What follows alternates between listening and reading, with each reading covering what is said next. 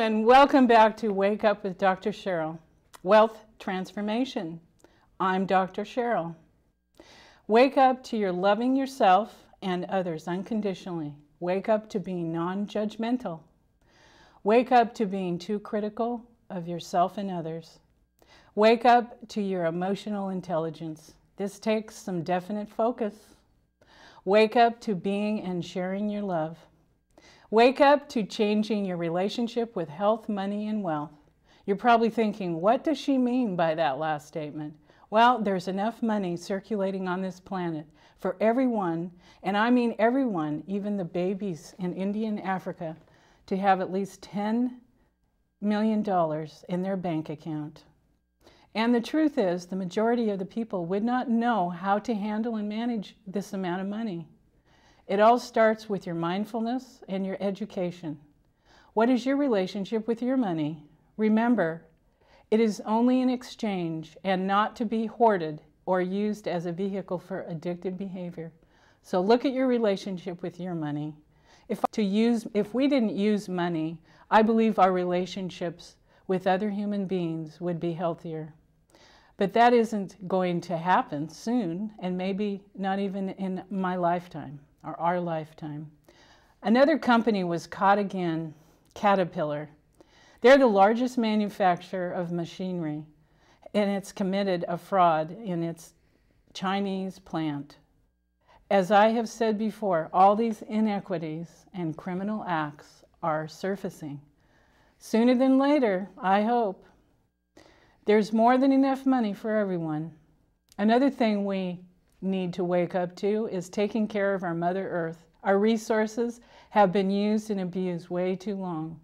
Wake up to preserving the forest, the water, land, and first of all, we have to be healthy mentally, emotionally, physically, and now especially spiritually. Please practice using your integrity, ethics, and plainly speaking, using your good moral application to all your relationships. How do you want to be treated by others? We have to get back to the basics in our world today. It's out of control. It's not too late to reassert our humanity and unconditional love and wealth. Unconditional love in all of our relationships. There are plenty of good ways to manage your money and apply good practical strategies. And look at the relationship you have with your day-to-day practice in spending and saving your money. Nothing is perfect all the time, but when your mindfulness and your heart are in alignment, you make better decisions. Mr. David Feinstein, originally from Boston, and he grew up in New Jersey.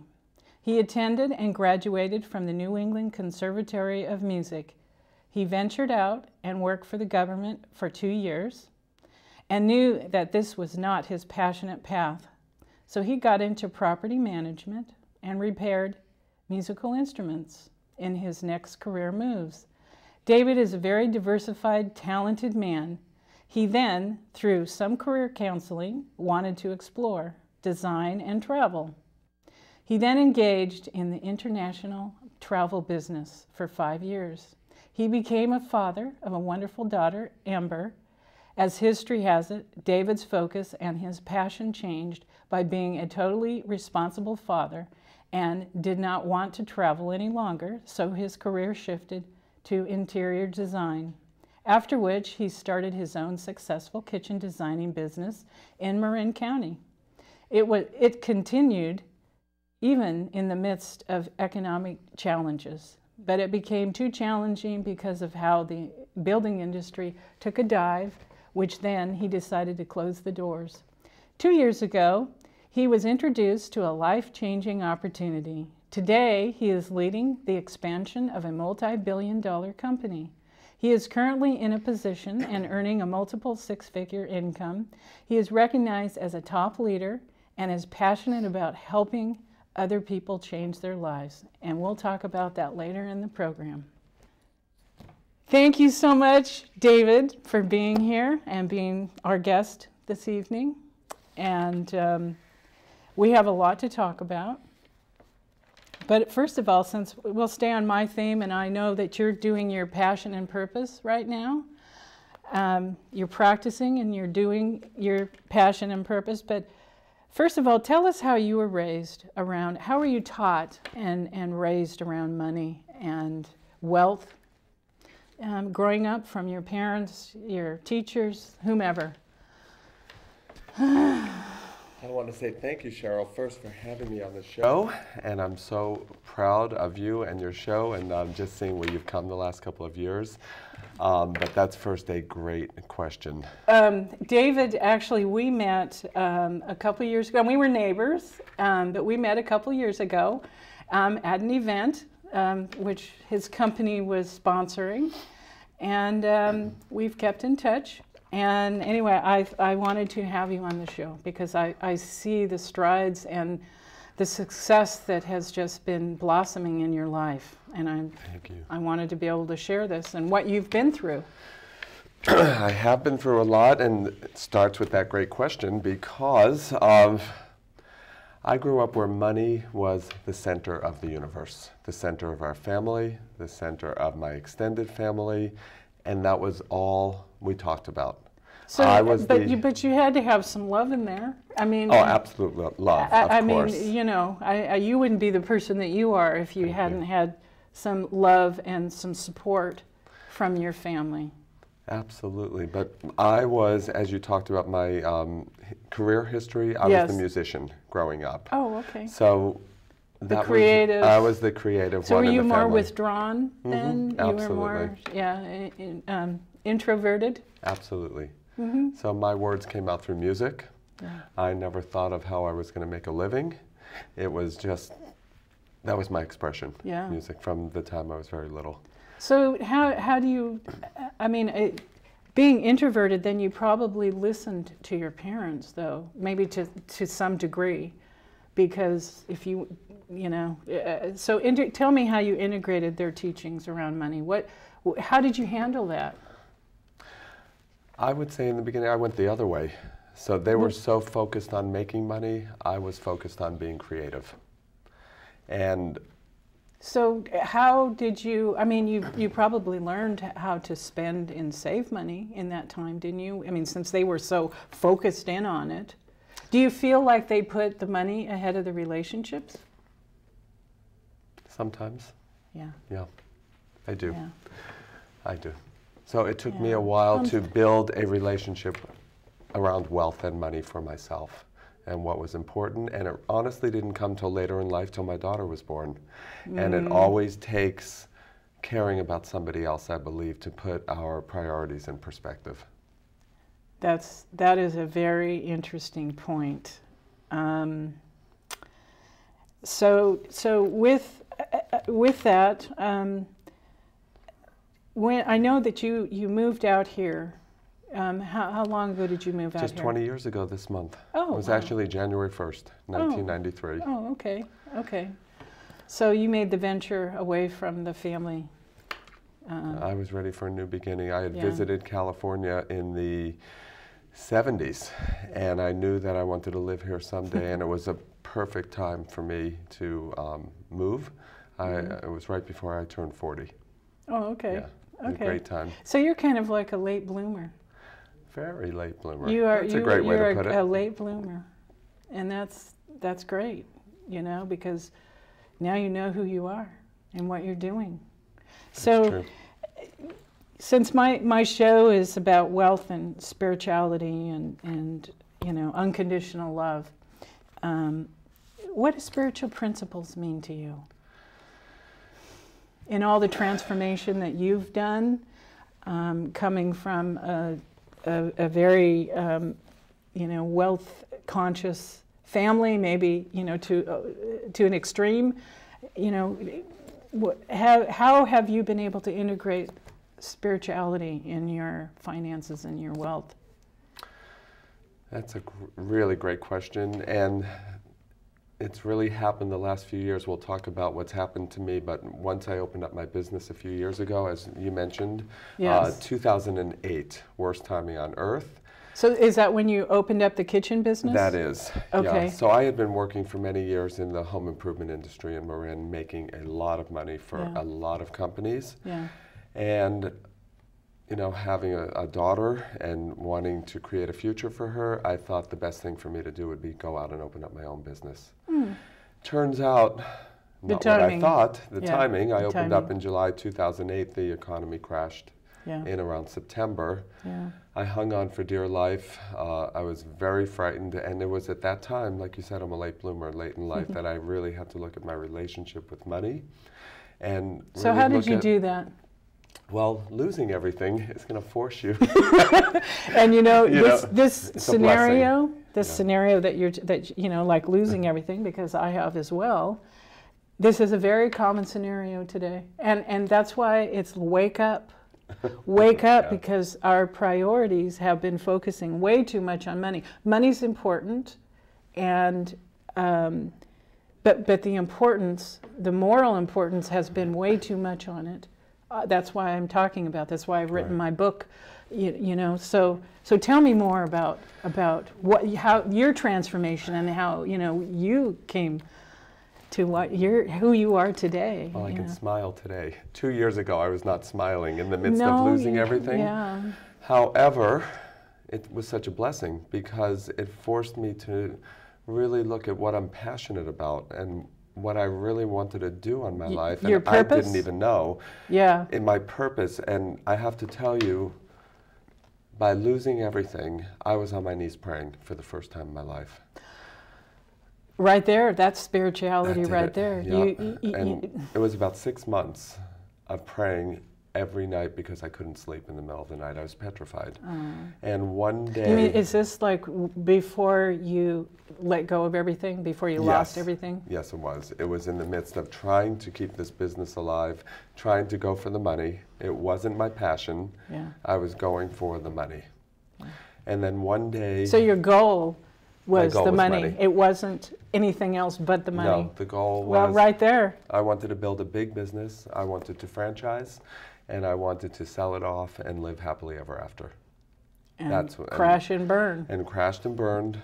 And then one day I was trying to sell a kitchen in Alameda, and a perfect stranger introduced me to the business that I'm involved in. And I just sat there stunned. I'm like, is this what I'm supposed to do with my life? Yeah. Drove away just saying, okay, God, you tell me. I surrender. I don't know. So I just drove away and I said, I need a sign. Is this what I'm supposed to do? The next day, somebody that I knew approached me in Mill Valley, in my neighborhood, with the same opportunity. 2 days in a row. Okay, boom, I said, okay, 2x4 hitting me over the head. Well, you know, and I also want to commend you for sharing this because, you know, and being a man, you know, and all the pressure that men have about being successful financially. You know, and of course things are changing all the way around. You know, women are emerging; they're taking care of themselves financially, and but I commend you for being, you know, brave enough and courageous enough to talk about this, because there's lots of people out there that are experiencing or that are on the edge of experiencing what you've gone through. So, you know, please tell me more about this. Well, now that I'm on the other side, it's much easier to talk about it. Well, yeah. When you're in the midst of it, it's hard to breathe. Yes, yes. But being on the other side, I listened. That's what I had to do. I listened and was open. I had to be open. You know, I was in my late 50s at the time. I didn't have many options. But I knew it was do or die at that time. And I knew that there was a greater purpose in charge of my life. And when I met this incredible woman, as you're saying, women, incredible woman about a week later who ended up being my mentor in this business that we'll talk about in a few minutes. And when she reached her hand out to me and said, I will help you, I went, now I know what I want to do in my life for the rest of my life. I want to help people. There are so many of us baby boomers who thought we had it all. And so many of us at this stage are struggling, and I am just reaching my hand out to whoever wants help. And I love helping people with their finances, because I've been through it all. I've made a lot of money, Yeah. and obviously I lost a lot of money. Yeah. But I thought I was set for life, like Yeah. many of us in our age bracket. Yeah. Yeah. No. And Yeah. I have to tell you, it was a blessing, because I am truly happy for the first time in my life. Wow. Doing what I want to do. Yeah. That's fabulous. Yeah, I mean, it's and great. I see it because I knew you 2 years ago. Yes, you did. Before, Yeah. before the shift hit the fan. I'm taking that from Michael Beckwith. I'm using it from his. I'm paraphrasing from him, but you know, I mean, everybody experiences it on some degree. So how has this really changed your connection now in your spiritual life, or you know, whatever you want to call it? Every day, I talk to God first. Who do you want me to work with? Who do you want me to meet? Who do you want me to help? Way more important than where am I going to go make the next buck? Yeah, because it's just happening, Change isn't everything. it? I mean, it's flowing, happening for you. It's happening. Running into you a couple of weeks ago. That shows Yeah, you. I know. It was 2 weeks ago that we ran. I hadn't seen you for probably a year. Absolutely. I mean, I know we'd been back and forth a couple times texting, Right. and then at the Open Secret here in San Rafael, we ran in and it was like, David. The right, perfect time. So here we are. Oh, Yeah, I'm goodness. just watching my life flow every day. And I've had experiences of this before, but my focus was not in the right place. What do you mean you've had experiences like this before? I feel like I have been carried my whole life by a higher purpose. Oh, okay. Okay. However, I didn't pay attention Okay. as like I am now. Which most people don't pay attention unless you've had something, you know. I mean, I've had, I'll just share one story that happened to me in the Please midst do. of money, and I was, without going into too many details, I was pregnant, and my former husband had absconded with a lot of my money without me knowing it. And unfortunately, when it came down to the bottom line, I wanted my money back, and I pursued it, and I pushed it, so he had to follow through with getting the connections he had. And unfortunately, he had gotten involved with an insurance company that was run by the mafia.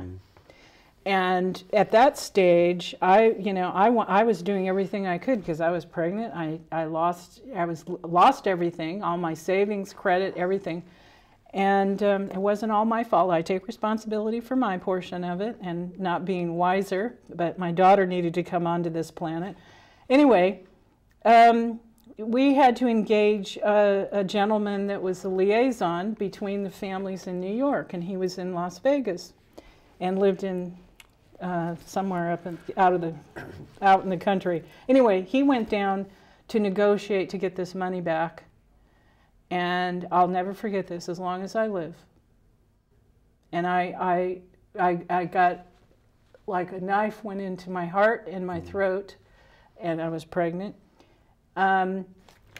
He called me and he says, well, Cheryl, if you want to keep your child and you want to keep your life and your 2 dogs, you better just forget it because you're not getting your money. And I thought, wow, this is real. So figuratively, it wasn't literally, I had a gun put to my head. And it's all the money. It's all money. And I send them blessings because they'll get it in the end, you know, like we all do. If we do things wrong, you'll get it in the end. But anyway, I just wanted to share that because that was all around money. You know, so anyway, getting back to you, David, because this show is not just about me. So, do you think you apply now that you've gotten to like the root? I mean, I'm sensing that you've gotten to the root, to the bottom, the core of, you know, your wealth from inside yourself. So now you know. So how? Do you think now that you're in that spiritual place that you apply that every day to your money and wealth. Absolutely. And what it is who can I help today? Who can I work with today? Who can I help change their life in a little way or a big way? I'm focusing way more on relationships. Yeah. Before, it was all about me. Then it was about my daughter when she was born, which is great. Yeah. She's my love of my life. Your little angel. Yeah, she's now 16 driving. She's still my love of my life. But now I see it's time to reach out and help as many people as I can in this area. Yeah, yeah. Like you said, so many people are struggling today. Oh, yeah. And we all need an uplift, and we all need, and it all starts up here, thinking positive, no matter what. Yes, no matter what. So since you're following your purpose and your passion, and I say divine purpose, I just love that word, divine. It explains everything to me. And not from a religious standpoint, it's just the divine. I mean, anyway, since you're following that, where do you find your true wealth? Inside and loving people. Loving others. I feel wealthy today. Yeah. Just having love in my life. I don't know that I've ever truly experienced loving others until now. Well, that's a wonderful thing to hear. It's a wonderful thing to experience, because that's what humanity's about. That's what we're about. And at first, of course, it starts with loving yourself. And then to be able to share that with, that's all there is. And that's all there really is. Money is. Doesn't matter. Yes, we have to have money to survive. It's the way our society is set up. And I have to tell you, I have learned to love money. I have your learned relationship my with money. relationship with money. So tell me more about that. Money to me is freedom of choice. Money to me is not focusing on the money every day. I have money flowing in now. I am earning residual income, which I love, so that if something does happen to me at any moment, I don't have to worry. I just watched my mom pass away, as you know. It's a year ago right now, and she lived for 4 years, just not really here. Yeah. And it was a drain financially, it was a drain emotionally for the family. I don't want to put that on my daughter. I don't want to put that on anybody. Yeah. So the idea of working now so that I don't have to worry in the future through earning residual income is the greatest gift. I love my new relationship with money. That's really great. understanding, having gone through everything, like I said, that we've gone and you through. had to go through that deep drama, whatever you want to call it, challenge. Challenge is good. Challenge, which challenges opportunity. Yes, it is. And at the time, it doesn't seem like it, but it is an opportunity for every one of us. So what's the conversation that you have with yourself and others about abundant thinking to manifest wealth in your life? Wealth isn't just money, but wealth is relationships. Absolutely. So what's the conversation that you have? I'm sure you have this conversation. Every day, every morning, noon, and night. However, very important, we have to set our mind right when we wake up. We have to put the right things. How that plays out for you. When I wake up, I am either reading a passage from a self-improvement book, or I'm watching a video, or I'm just listening to something inspirational. Very important how I start my day. And then I set my day according to who can I help, what are my goals, what are my aspirations. And I go morning, noon, and night. I mean, I know you're like the Energizer bunny, the ever ready. Because there's so many people to help, so many people, exactly what you just asked about, to help change their mind. Yeah. Their thinking and their words. And you've changed yours. I have. So that's the frequency that you're running on, is the helping the others. And that's what it's all about. And it starts in the mind, and it starts in the conversation that we have with ourselves and others, and then it comes out through the words. Do you in your, your ritual that you do in the morning, do you give gratitude? Absolutely. Because to me, that's the most important thing. Absolutely. That's the first thing I do in the morning is gratitude. Yeah. Because we need to be grateful for what we have and who we're with and what we're doing now, and being conscious of it before we can handle more. And as I go through the day, I watch every miracle that's happening and stop and breathe and acknowledge. Again, So yes, it the theme of this is helping people. Is helping people, and amen to that. Well, thank you again, David, and maybe in a few months you can come back. I would love to.